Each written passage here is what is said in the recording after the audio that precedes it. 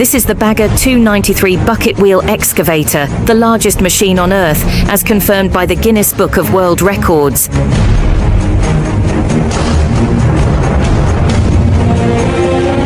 It stretches over 2 soccer fields in length and stands taller than a 30-story building.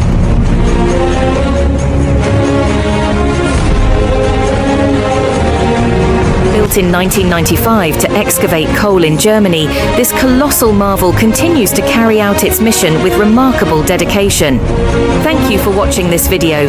Please give it a like and subscribe.